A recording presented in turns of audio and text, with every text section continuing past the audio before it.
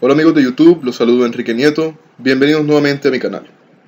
En esta ocasión traigo a ustedes este video donde abordaremos el tema de corrosión básica, específicamente lo relacionado con morfología de corrosión, es decir, cómo identificar la corrosión en función de sus características.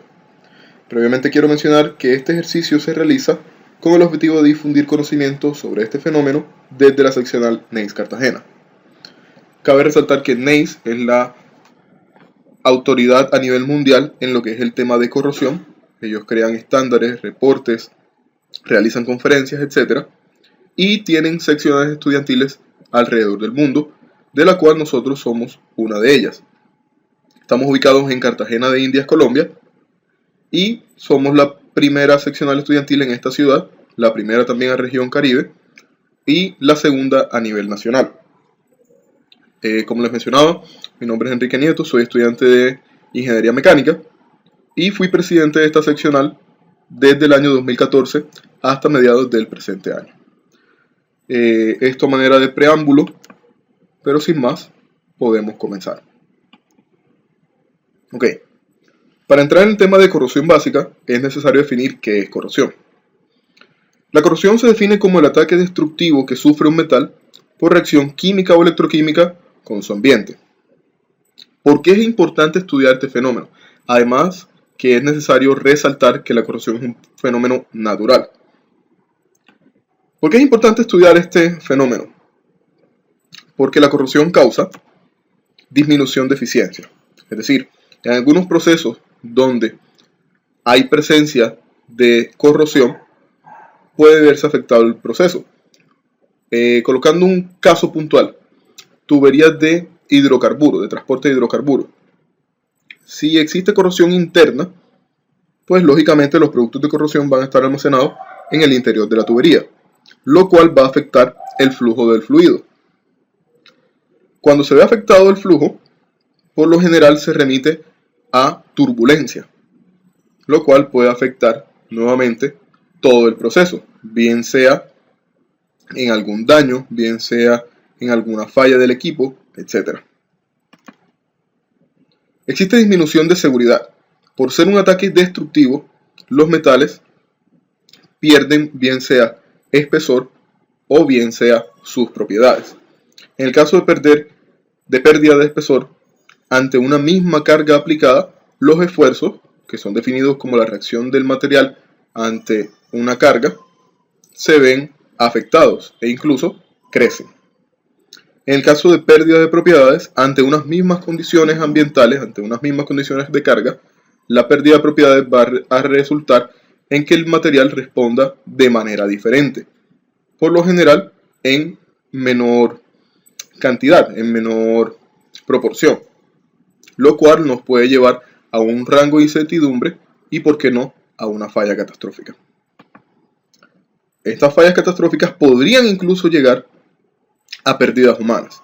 En el mismo caso de las tuberías a presión, si existe una falla, si existe una grieta y se explota la tubería a raíz de esta causa y existen operarios cerca, pues podemos ocasionar fallecimientos. También hay algo importante y son las pérdidas económicas. Pueden haber pérdidas directas e indirectas, es decir, si falla la tubería, pues debemos hacer el reemplazo de la misma para poder continuar con el proceso.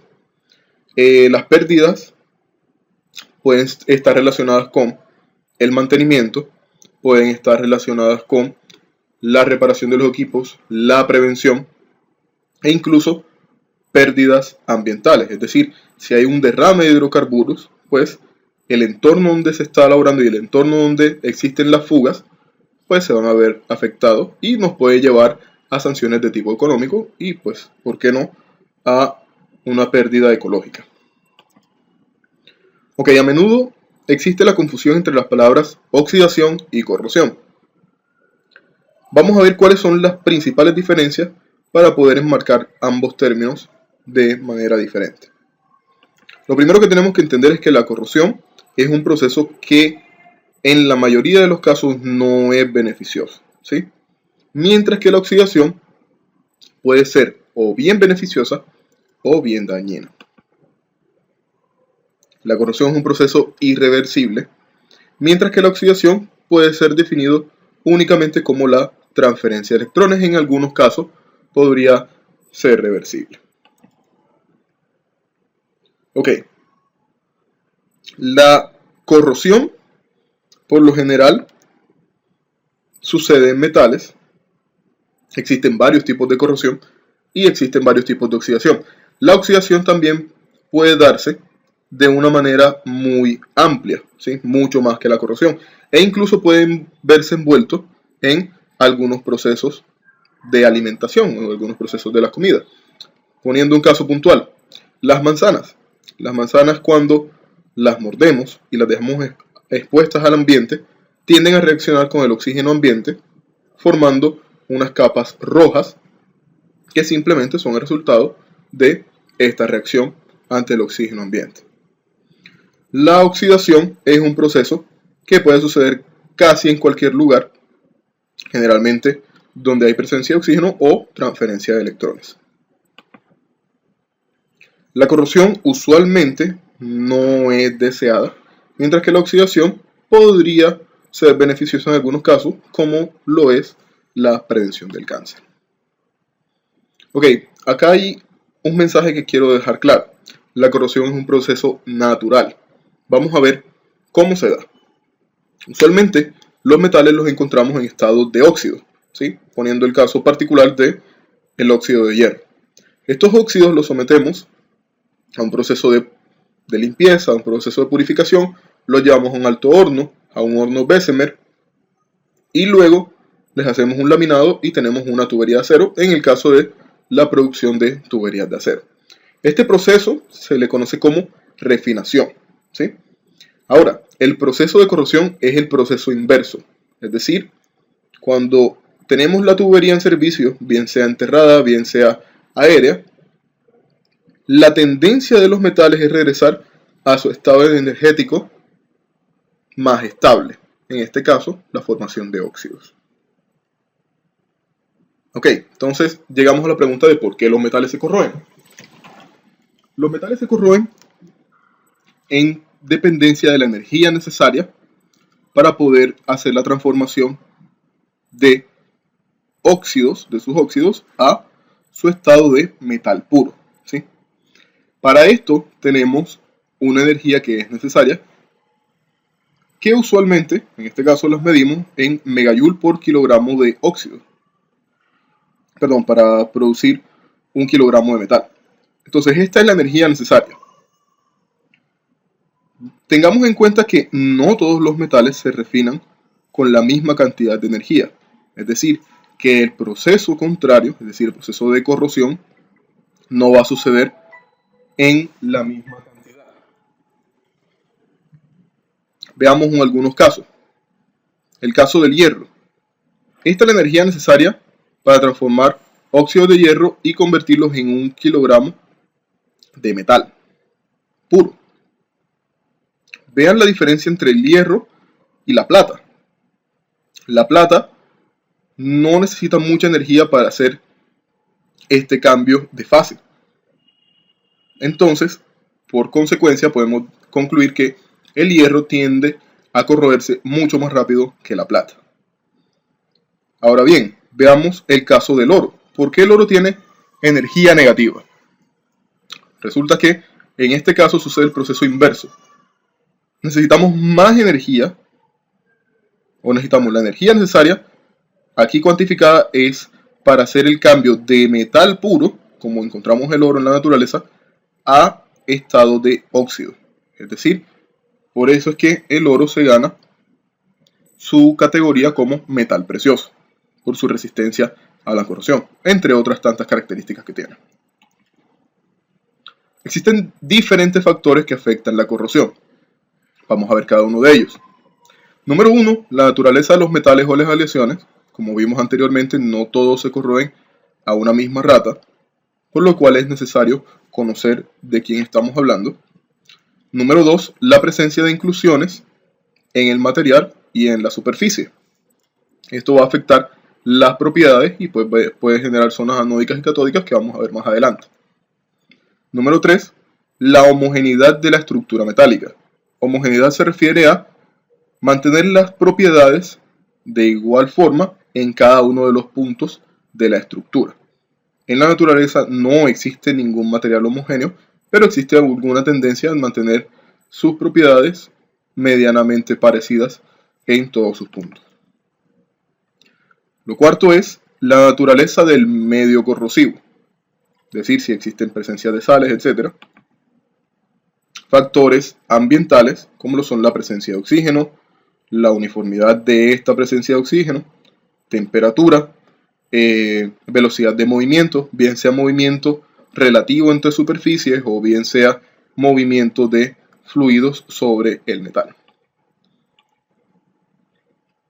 Los esfuerzos que están en el metal, que están actuando, bien sean esfuerzos residuales, como los generados en el enfriamiento de uniones soldadas, o esfuerzos aplicados, simplemente una presión ante un tanque, y el tipo de esfuerzo, bien sean estáticos o bien sean cíclicos.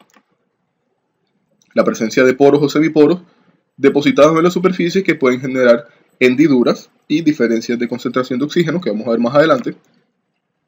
Efectos galvánicos entre metales disímiles o entre el mismo metal.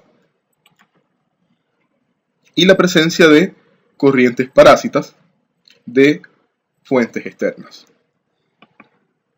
Ok, entonces, como les mencioné anteriormente, existen diversos tipos de corrosión y los tenemos agrupados en 3 categorías principales. Algunos autores los clasifican de alguna forma, pues nosotros nos seguimos por la clasificación NACE. El grupo 1 están los identificables mediante inspección visual. ¿Cuáles son estos tipos de corrosión? La corrosión uniforme, el pitting, el crevice y la corrosión galvánica. En el grupo 2 tenemos los identificables mediante herramientas de inspección especiales, como lo son la corrosión por erosión, la corrosión por cavitación, la corrosión por fricción, la corrosión intergranular, exfoliación y dealeación. Y tenemos un tercer grupo que son los identificables por examinación microscópica, como lo son los fenómenos de cracking, bien sean estrés corrosión cracking o bien sean corrosión fatiga, y los fenómenos de alta temperatura. Además, cabe resaltar alguna otra categoría que es la corrosión influenciada por microorganismos. Ok, entonces pasamos a el fundamento de la corrosión. ¿Cómo funciona la corrosión? Para que exista corrosión, usualmente debe existir una celda de corrosión. ¿Qué sucede en esta celda? Existen 4 elementos esenciales para su existencia, para su funcionamiento, los cuales son el ánodo, que es el elemento que va a ceder electrones y por lo tanto va a corroer, pues está perdiendo masa y propiedades. El cátodo, que es el elemento que recibe los electrones, es decir, como estamos hablando que es un proceso electroquímico, pues simplemente esta reacción genera una diferencia potencial. Un electrolito o un medio acuoso y un medio conductor entre el ánodo y el cátodo. Entonces esto es básicamente lo que sucede.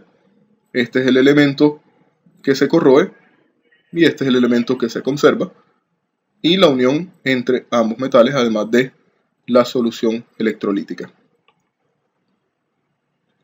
Existe lo que se llama las series galvánicas, ¿sí? Recordando que la diferencia de potencial medida entre ánodo y cátodo pues va a ser diferente en dependencia de quién es el ánodo y quién es el cátodo. Pero en este caso simplemente realizamos una medición ante un mismo electrodo de referencia, es decir, ante un mismo punto de partida, para ver cuál es el comportamiento de estos metales, es decir, si son anódicos o si son catódicos. Aquí los tenemos mencionados en categorías muy generales, no hay algo específico, pero los tenemos de un rango de mayor nobleza, es decir, más dificultad de reaccionar, y más activos o más anódicos, es decir, que tienden más a corroerse. Entonces, en este caso, vemos la plata, vemos el platino, vemos la plata, el grafito, el oro, el grafito, etc. Y al final vemos el zinc, el acero, el hierro, etc. Entonces, estas series galvánicas son medidas en base a un electrodo de referencia. ¿Cuáles son los comúnmente utilizados? Los electrodos de hidrógeno, los electrodos de cobre sulfato de cobre y plata sulfato de plata. Pero pueden existir otros electrodos. Ok, entrando ya al grupo de los tipos de corrosión, entramos al primer grupo, que son los identificables mediante inspección visual. ¿Quiénes encontramos en este grupo? Encontramos la corrosión generalizada. Vamos a ver qué caracteriza estos tipos de corrosión. Lo primero que debemos decir es que procede sin una localización del ataque apreciable a simple vista. Es decir, está afectando a todo el material por igual. No es únicamente una zona, sino, como vemos en la imagen, todo el metal básicamente se ve afectado. Ok, para barras o simplemente para cables, procede la corrosión de manera radial hacia el interior y esencialmente la pérdida de espesor simplemente va disminuyendo la circunferencia de la sección transversal. La corrosión general también es conocida como corrosión uniforme y algunos otros autores la clasifican como corrosión atmosférica. Acá quiero hacer un aporte desde mi punto de vista personal. La corrosión atmosférica usualmente va a hablar más de quiénes son los agentes que están en la atmósfera, no cómo se ve afectado el material. Pero algunos autores pues simplemente lo mencionan de esta manera, así que es válido, pero quería hacer esa observación. Ok, hay algo que quiero dejar en claro. La razón por la cual esta presentación está en inglés es porque existe una terminología necesaria para entender el tema de corrosión y, adicionalmente, la mayoría de la literatura se encuentra en idioma inglés, por lo cual es necesario tener todas las herramientas básicas para poder abordar este tema. Entonces, en esos términos encontramos la palabra en inglés rust, que es muy similar a lo que nos sucede en el español, de clasificar todo como oxidación. El término rust usualmente es utilizado para describir cualquier tipo de corrosión de cualquier metal, pero de hecho únicamente aplica para el hierro y las aleaciones basadas de hierro, la corrosión de estos tipos de hierro, de estos tipos de aleaciones, perdón. Ok, también existe otro fenómeno que se clasifica como corrosión localizada. Ataca el material, o se identifica porque ataca el material en áreas discretas. Este fenómeno puede ser causado por diferencia de concentración de oxígeno, diferencia de concentración de sales y en la falta de homogeneidad del material. La corrosión localizada se subdivide en corrosión por pitting o corrosión por crevice, que también en español es conocido como corrosión por hendiduras.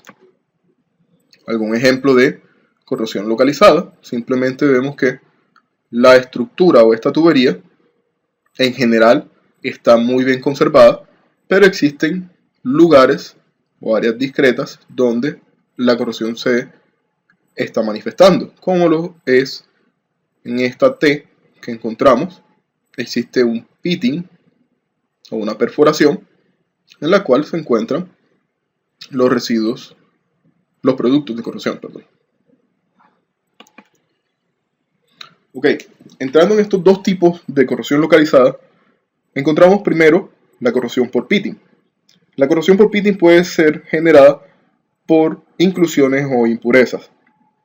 La densidad de corrosión, es decir, la corrosión en un área sectorizada, no está uniformemente distribuida dentro del material y es identificable mediante perforaciones en áreas discretas, y usualmente estas áreas tienden a ser lejanas, como lo vemos en esta imagen. La corrosión por crevice es ocasionada por diferencia de las concentraciones en el ambiente. La más común es la diferencia de concentración de oxígeno. Los equipos usualmente afectados son bridas, son pernos, son tuercas y son conexiones roscadas. Acá podemos ver un ejemplo en el cual una brida presenta este tipo de corrosión. Es decir, en el mismo material también puede haber zonas anódicas y catódicas por el principio de la diferencia de las concentraciones, ¿sí? Es decir, esta diferencia de propiedades puede generar que una parte del material se genere una zona catódica y una parte del material se genere una zona anódica. Las zonas anódicas, en este caso, son las que van a sufrir de corrosión, como mencionamos en el principio de la celda de corrosión. Igualmente aplica para el pitting y para la corrosión uniforme. Ok, lo que es el crevice o las zonas, la corrosión por hendiduras, podemos ver algunos ejemplos en pernos, en uniones roscadas y en zonas de bajo oxígeno. La corrosión galvánica es otro tipo de corrosión identificable mediante inspección visual. ¿Cómo la reconocemos? Es un ataque ocasionado por el contacto eléctrico directo entre dos materiales disímiles conductores en un electrolito. Mientras más lejos estén los materiales unidos en este contacto eléctrico, mientras más aparte estén de las series galvánicas, mayor es la posibilidad del miembro anódico de la celda de corrosión a corroerse, valga la redundancia, o a deteriorarse. La geometría es un factor que también afecta la rata de corrosión. Es decir, hagamos el símil con un caudal. A un mismo caudal y a un área mayor, pues la velocidad del flujo va a ser mucho menor. A diferencia que si tenemos un área mucho menor, la velocidad de flujo es mayor. Igualmente sucede en el flujo de electrones. Si el contacto directo que tenemos entre los metales, por eso es que las uniones roscadas son tan importantes en este caso, o tan críticas, pues mayor es el flujo de electrones de la zona anódica a la zona catódica. Ok. Tenemos en la Universidad Tecnológica de Bolívar, donde está ubicada la seccional NEIS Cartagena, un curso electivo, un curso extracurricular, donde realizamos actividades, y esta es una actividad que no solamente invito a los del curso, sino a todas las personas que ven este video a hacer este ejercicio, y es a identificar dos casos por lo menos de corrosión del grupo 1, identificable mediante inspección visual, en su entorno diario, y ver pues cómo lo afecta. Para los miembros del curso, esta tarea es necesaria para desarrollar el curso y debe ser presentada la siguiente clase. Entonces, quiero dejar la presentación sobre corrosión básica hasta el momento, para no extender tanto este video. Por favor, quienes tengan alguna duda, sugerencia, comentario o inquietud, puede hacerla llegar en la caja de comentarios. Si existe alguna duda o quieren hacer un contacto más directo, pueden escribirme a mi correo personal enlunieto@gmail.com. Ahí pues podemos interactuar. Espero que este video haya sido de utilidad, que les haya gustado, y nos vemos en una próxima ocasión con la segunda parte de este video, donde trataremos los subgrupos siguientes, que son los grupos 2 y 3. Así que me despido, espero que haya sido de buen provecho. Nos vemos. Chao, chao.